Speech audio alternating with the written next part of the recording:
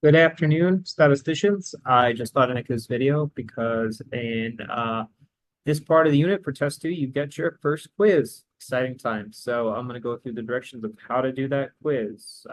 Feel free to reach out, but things are about to get a little more challenging or difficult. I'm sure you've seen the last two videos, both of them are an hour and a half. This one will not be that long. So share my screen. I just thought I'd make a quick thing to show you how to do the quiz one. Nothing crazy. So we're here. You're at your dashboard and you go. Good. People are doing their stuff. Stay on top of it. You don't, I wish this was more than a one for each of them, but that's okay. So stay on top of your stuff. Otherwise, you're going to be in trouble. I promise. So here we go. Um, the first thing is we're going to go to modules. And today I did the videos for 2.4, 10.1, and this is the quiz. This is just descriptive stat, so it shouldn't be that hard. It's 10 points, but the quizzes and tests are worth more. Remember, if you do that project thing, I do get up to 50 points. So the first thing you do is open it in Pearson. Nothing too crazy about that.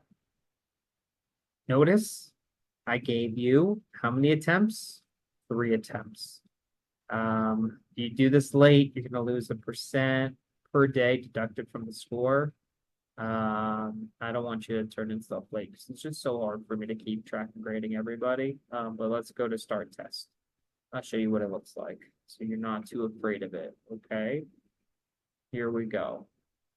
So the accompanying data, it's just 10 questions. Okay, the accompanying data, if we click this, you get the data, right? You get the data through the times. The accompanying data's distribution are 45 drive-through service times for Burger King lunches. Delicious. Times begin when a vehicle stops at the order window and when the vehicle leaves at the pickup window. Lunch times were measured between 11 and 2 p.m. Use the data to construct a histogram. So you have to just make sure that this makes sense, okay? Notice that it goes 11, 19, 6, 6, 3. Which one does that?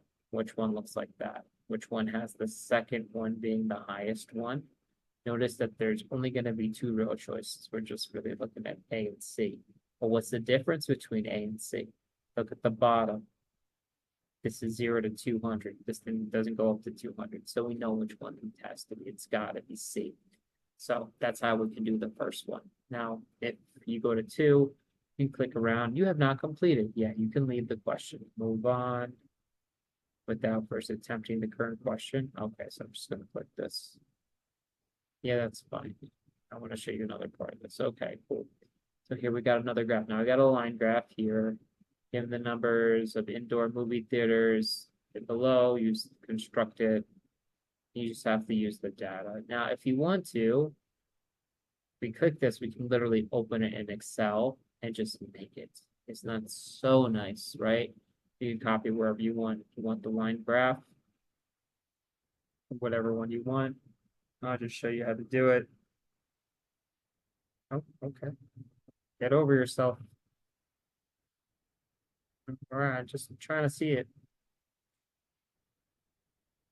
And maybe because I didn't have the one closed from the last videos I was doing. Okay, that's fine. Well, I'm gonna close this. Don't save. I'm gonna be making tons more of these. I'm just gonna try to open it again. See what happens. Just wanted to make sure it was working for everybody.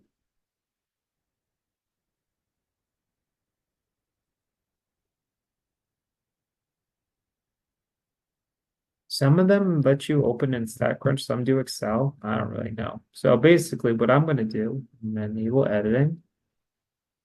I'm just gonna take this. I'm gonna go to insert. I want a what kind of graph? I just want a line graph, right?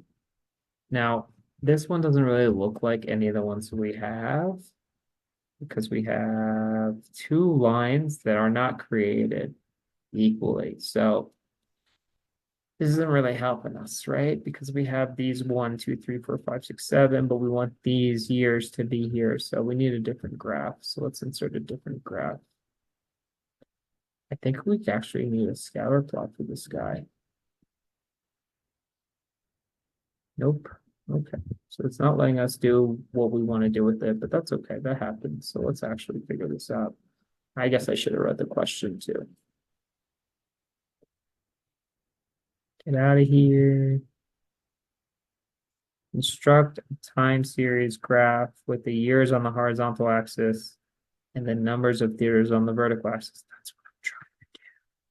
So I'm going to try this again. Now, what happens if I just do this? And I just use this one to make the line graph. Let's see what happens because I only want one set of data. That's all I want. There we go. Now we don't have the one on the bottom, but notice this thing starts at 2000. So what I have to do is actually take this and make the minimum 2000. So mine can look like theirs.